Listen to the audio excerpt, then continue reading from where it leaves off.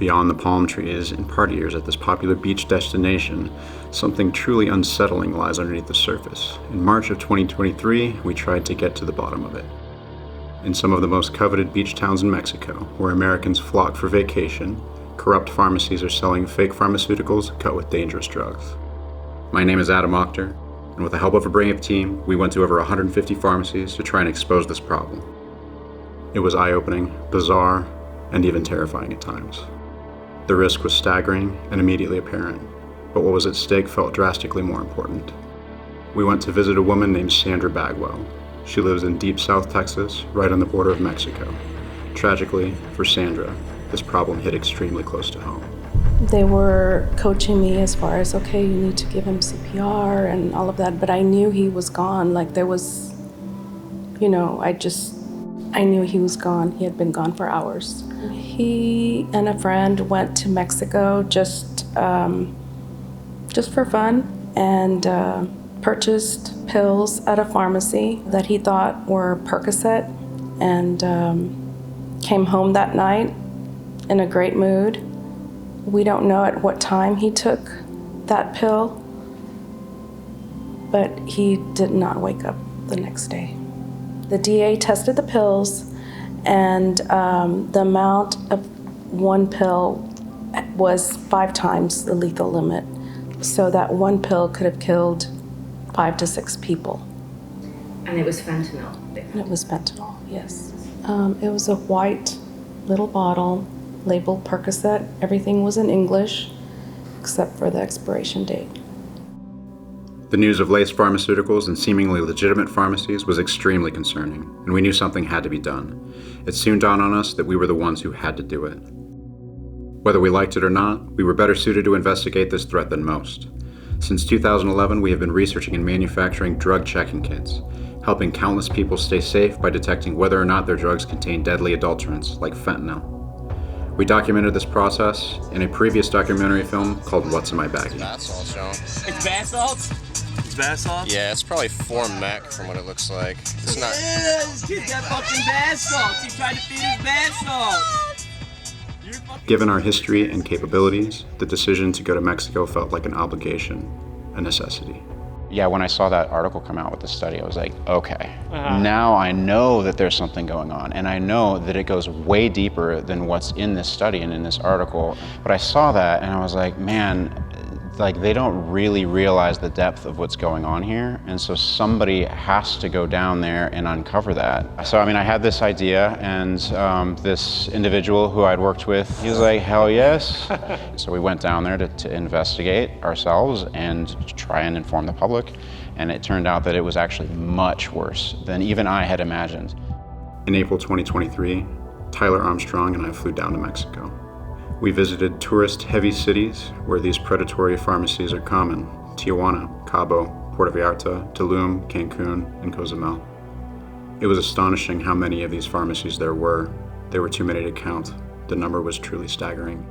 So I was really struck when I went to the Mayan Riviera by the immense frequency of these pharmacies. In places like Playa del Carmen and Tulum, the pharmacies are highly saturating the major international tourist areas, with the presence of these pharmacies almost every 50, 100 yards.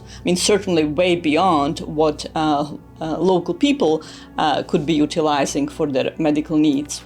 We recorded videos secretly on hidden cameras, one of which was in a pen I wore in the pocket of my shirt. A typical interaction went something like this.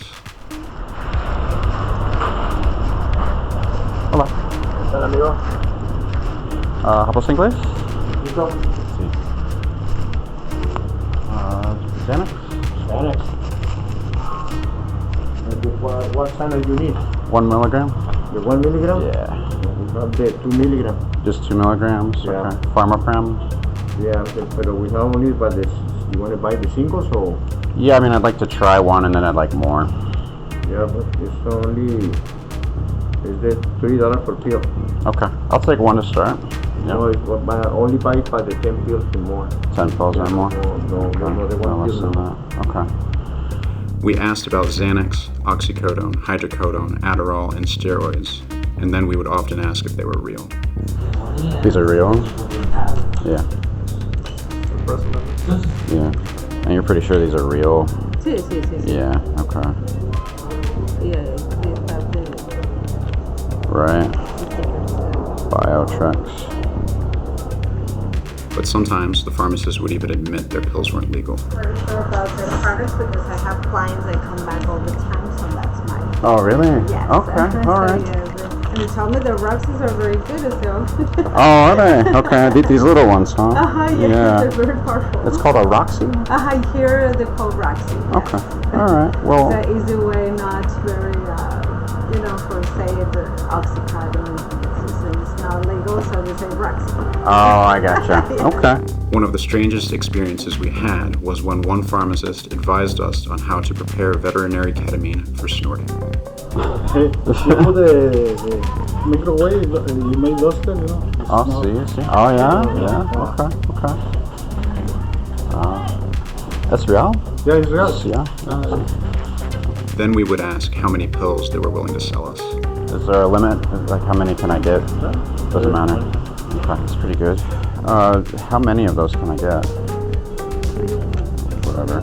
I mean, how many boxes can I purchase? Okay. If I wanted, say, 100 boxes, could you do that? 100 boxes? Yes. I don't know. $30. $20,000? Okay. No, alright. Xanax? Okay. Okay. How much are the 1 milligram ones? 1 milligram, $1.50 each? Okay. How many can I get? I can get you 5,000, 10,000. 10,000? Oh shit, dude. Alright. Many of these interactions left us speechless. We wondered who would possibly need 10,000 pills, other than someone who was planning to sell them illegally in some capacity. We pushed the boundaries even further, thinking up stories of why we would need pills at this quantity and why we would need them for the cheapest possible price. How many of those can I get? Really? Okay. The Xanax, I don't know. It's like a little expensive. How much you get it for? I mean, I don't know. See, I'm bringing them back to the States, and like I have to sell them for a certain amount, right? So how many bottles you plan on taking? I mean, like 100. 100 bottles? Yeah, I mean, you driving back or you walking? Mail. Huh? Mail. Oh, mail. No, but on the way to the States, are you driving or walking? I'm mailing it. Oh, you mailing from here to over there? Yeah. I don't know if it works like that, but It does, depending on how you do it. yeah, 150 bucks is the lowest. I could do 140 but if you wanted to take some right now. So I don't know. Even after openly claiming to smuggle drugs back into the US and proceeding to disclose fake plans to illegally sell them, this so-called pharmacist barely blinked. As problematic as this already was, an even larger concern was whether or not the pills were legitimate to begin with. Oh shit, dude. Alright. Well, I need to make sure that they're real though. Yeah, they're real. They come in the blister. You can see the. Do they? You can pop them out. Despite seeing the pills in blister packaging, we weren't convinced that they were genuine. Putting cut pills in blister packs would not have been difficult. Yeah, I don't know. There's like so many people selling fake ones around here. Yeah, So- not only Xanax. Yeah. Also oxys. That's crazy, bro. They're fake oxys and shit going around? But you can notice the. Have you ever heard of fentanyl? Yeah, dude. Yeah, that's crazy. You gotta be careful with that. They're selling it at pharmacies here? Well, there may be. We don't deal with that. Yeah. I'd been looking at the counterfeit pills for a while. I'd heard a lot of anecdotal reports of teenagers dying from counterfeit pills. And so the first study that my colleagues actually did was looking at adolescent overdose trends and how they essentially doubled 1 year to the next. And that was mostly due to counterfeit pills. And then there was a lot of discussion about, could this be counterfeit? Is it possible that a Mexican pharmacy would be selling counterfeit drugs?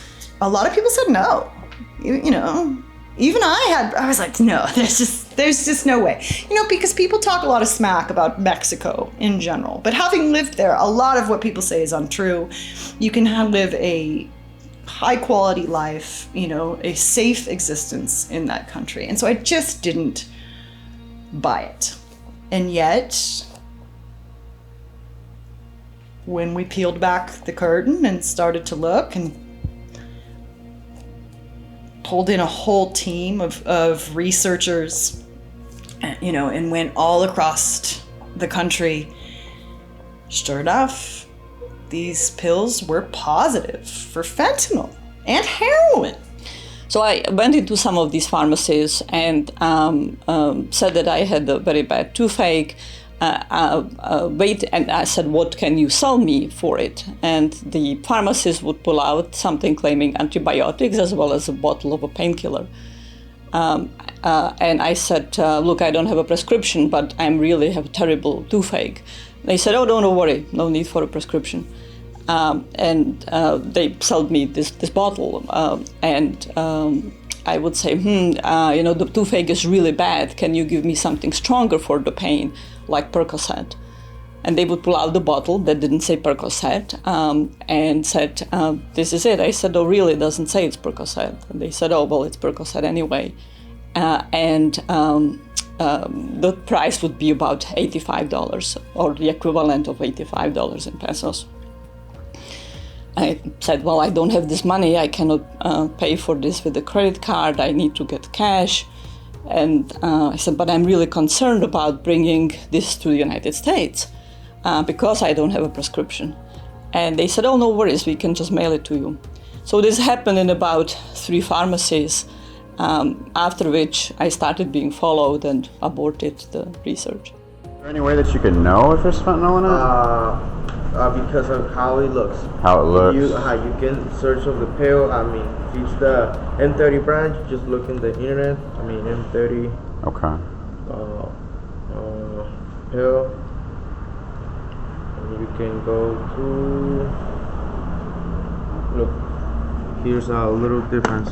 This is the real one. You can see the color is lighter, and the mark are a little bit, like. Right. This one's like off center, and it's chipped on the sides a little bit. So you can know it. You just need to know, like a good look, I think they sell like a test kit that you can use. I don't know. Of course, our plans were to do just that. After Tyler and I secured a variety of pills from a number of pharmacies, we went back to our hotel room and tested them using bunk police test kits. The results were shocking.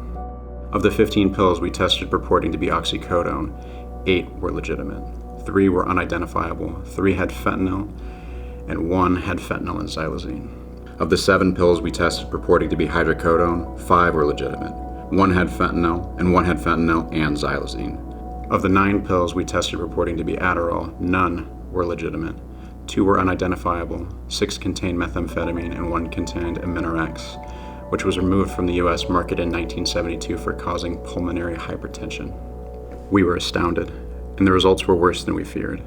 These were not drug dealers selling adulterated pills. These were licensed pharmacies selling pills that would have likely been fatal if consumed. This was happening openly, publicly, and frequently, and no one was doing anything about it. What kind of advancement has DEA made in the investigation? There really hasn't been anything. They were ready to close the Ryan's case because really there really isn't anything that they can do per se dealing with the Mexican government and cooperation. But in the end, the result is still the same, and we're left here to pick up the pieces, and it's hard. It really is hard. For my daughter, for my husband, and nobody understands. Nobody understands, except the other moms. The DEA should have released a health alert immediately when they became aware of this. The fact that this shocked me or other very informed substance use professionals with binational experience. If you can shock me with, the fact that a pill out of a Mexican pharmacy might be counterfeit, please imagine what tourists coming in off cruise ships or, partying in Cabo or, there's these very tourist, very party heavy cities. Because if we think back to 2010, 2011, when the American government really clamped down on opioid prescribing, it was a little bit slow, but it started to push people into the black market. People who cannot get their Adderall or their Vyvanse through their pharmacies, and especially if they live along the border or they're visiting or they work in Mexico and you see that there is Adderall available at the pharmacies, oh, well, I have insurance, I have a doctor, I tried to get it, but there's this shortage now that's going into its second year. Why not just get it at the Mexican pharmacies? If we restored opioid prescribing tomorrow to the 2006 levels, it would save lives. It would save lives. But we're never going to do that. These are not shoddy street shacks. This is not the dealer or a cabbie approaching you or someone from a hotel approaching you to sell illicit drugs. These are small-sized buildings, but nonetheless they are real actual buildings. They look very polished. They're also enormously explicit in their advertisement, just right outside, in plain sight of authorities, in plain sight of everyone, that they are selling drugs like anabolic steroids, Cialis, antibiotics, Percorone. So the level of complicity or at minimum tolerance by authorities is substantial, and it's hard to imagine this could happen. We were curious about potential cartel involvement and what experts in the industry believed. There is no question that the people responsible for mixing methamphetamine and fentanyl into Adderall, Xanax, Percocet are primarily the Sinaloa cartel, which is the most powerful cartel in the world presently, and then also the Jalisco New Generation cartel. And one of the outstanding issues, of course, is how linked these pharmacies are to major criminal groups such as the Sinaloa cartel and Cartel Jalisco Nueva Generación in a place like Tulum, which is really considered a narco pueblo, where the contestation between Sinaloa cartel and Jalisco is very intense, and both groups have substantial presence, the same in Cancun, although in kind of dividing the territories. I think it's very unlikely that these pharmacies could operate without some involvement, and I would say some substantial involvement of the major cartels, for several reasons. The cartels are very adept at changing their tactics. In the past, what they would do is they would concentrate on tourist areas in Mexico to sell, for example, heroin, cocaine, marijuana. But now a lot of people are aware, because of public awareness programs, that fentanyl and methamphetamine are being mixed with other drugs which could be lethal. So a lot of the tourists in Mexico or people that reside there are not going to buy from street dealers. So now the cartels have moved into the realm of trying to be legitimate by having pharmacies, forcing pharmacies, I'm sure, to sell the drugs that are laced with these deadly drugs. Yeah, I think there's certainly both possibilities, and we could have multiple existing at the same time, that some of the pharmacies selling them are simply being delivered these drugs by criminal group, and they might be coerced to sell the drugs. Well, I'm sure the cartels are going to a lot of these pharmacies and telling them, you're either going to sell these drugs for us out of your pharmacy, or we're going to kill you. The level of coercion by the cartels over businesses is so enormous. This is just part and parcel of the extortion. If you don't do what we tell you, we will kill your staff, we will kill you, we will burn down the building. Not that different than extorting OXXO in Mexico. But another possibility is that the pharmacies are actually underwritten with drug money and owned by some shell companies belonging to the cartels, at least some of them. I mean, the frequency of these pharmacies is just extraordinary. This is pretty scary that the cartels are moving into this kind of quasi-legal gray area with these pills. For one thing, not a lot of people use heroin. Not a lot of people use fentanyl or meth. But when you get to something like cocaine, that's more common. And when you get to something like pills, you know, tons and tons of Americans use pills. And this is a huge untapped market for the cartels. And once they really get a big segment of it, we could see the death toll rise even higher.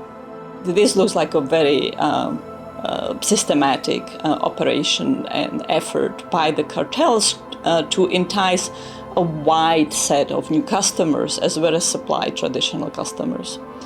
And there is really enormous danger to these pharmacies because they have the potential to be replicating, at least to some extent, what set off the opioid epidemic. The notion that people had that they were buying medication that would help with their pain, but that would not cause harm, that would not proceed to substance use disorders. And they are targeting the wide set of tourists from North America, but also from other parts of the world coming to the Riviera, and for that matter coming to places like Puerto Vallarta or Puerto Escondido or Acapulco, other major tourist areas, Los Cabos obviously. So they can expose European tourists to opioid use and opioid disorders.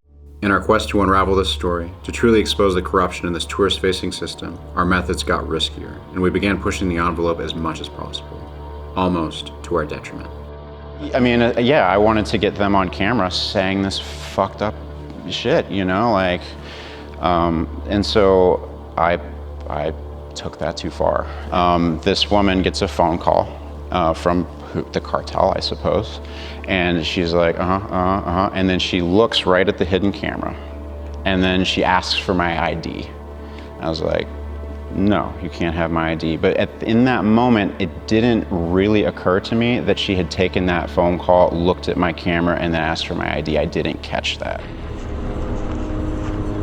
Hello? The next morning, I got up, and the first or second pharmacy that I went to, I was walking in, and the guy was acting very strangely. Yeah, do you have Xanax? We don't. You don't? Okay. So I asked him for that first, and he just had this really cold reaction. I was like, no. I was like, okay. And I could tell something was up. And I was like, so I assume that means you don't have anything else that I'd want either. Just trying to get out of there or whatever. All right, I'd imagine you probably don't have other things as well then. Gotcha.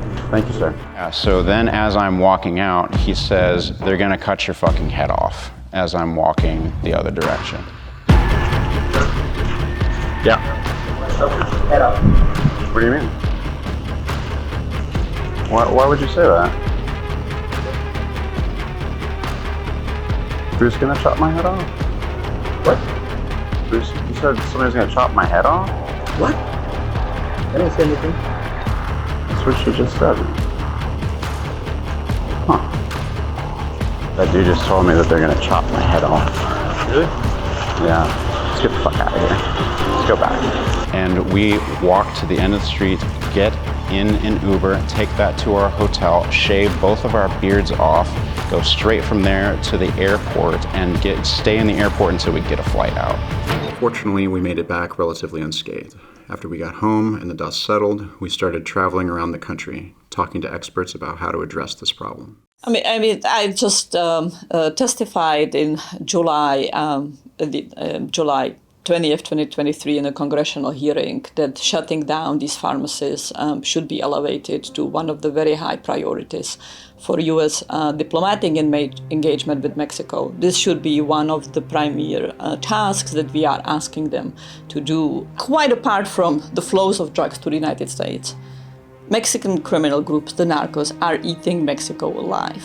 They are taking over after legal economy after legal economy. They are putting tremendous pressure on Mexican institutions, infiltrating them, co-opting them, coercing them. They are controlling territories, and they are controlling people. And that's why it's so important to have harm reduction programs and have Narcan, which can reverse opioid overdoses, and then test strips so that the drug addicts can test their drug of choice to ensure that it doesn't have fentanyl. If we just produced legitimate, safe pharmaceuticals, people would continue to take legitimate, safe pharmaceuticals and not end up dead from a fentanyl overdose or accidentally addicted to meth because they bought too many Mexican Adderall. What? We continue to pursue these efforts in hopes that stories like Ryan Bagwell's will not be repeated, and we can't help but wonder if things had been different, maybe Ryan would still be around today. I have this memory of him, and he would do it to me every single time. He was my grocery buddy. And I guess he wanted to make sure that he got whatever he wanted, you know, cereal, chips, whatever it was. And so we'd go through the aisle where they have that brand Naked, where it's like nut juices and all this other stuff, right? And never fails, he'd be like, "Mom, Mom," and he's pointing to me, he's like, "Mom, can I get naked?" And I'd be like, "Oh my God, kid." You know, but he just had that sense of humor, very witty.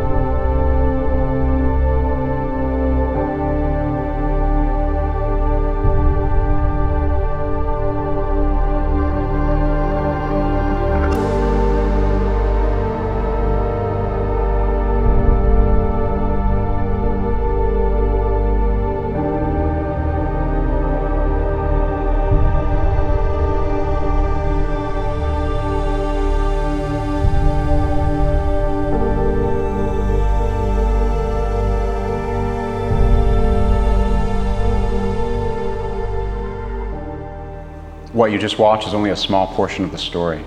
The full details of our journey include smuggling samples through a half-dozen Mexican airports, as well as a life-threatening motorcycle accident about halfway through filming, and quite a bit more. Join our Patreon to hear the details and for additional hidden camera footage, as well as extended interviews with myself, Tyler, my right hand during the trip, and the experts featured in Poison Pills. If you believe in Transparency's mission to lower drug-related fatalities and to spread awareness within the drug and pharmaceutical space, then please also consider donating to our nonprofit organization or investing in our ongoing work developing at-home substance test kits. You can find a link below. We are also seeking qualified volunteers and job applicants to learn and grow with us as we move forward into the future of this initiative. If you have another minute to spend with me, I'd like to share a bit about what we have planned. Poison Pills is only the first of many episodes in what we're calling the Transparency Documatrix. We will be exploring the many intertwined networks that surround black, gray, and clear market drugs and pharmaceuticals. We can't share the exact subject matter with you yet, but the issue we'd like to tackle next is far-reaching to say the least, affecting up to 25% of the American population every year. Along with our documentary series, Transparency has a number of related initiatives in the works. We will be offering affordable, highly accurate, and easily accessible mail-in laboratory analysis for any substance starting in July. We're also in the final stages of manufacturing our next-gen substance test kits in the form of our patented pen test. Using our pen test technology, we'll be offering test kits for a laundry list of pharmaceuticals, hormones, and steroids, as well as recreational drugs. Beyond that, please check out our new iPhone and Android app, Transparency Harm Reduction, as well as our art-driven reference book called Chromatic Reactions, The Art of Testing Drugs. I'd like to thank all the brave and intelligent people that helped us get here. You know who you are. Thanks for watching.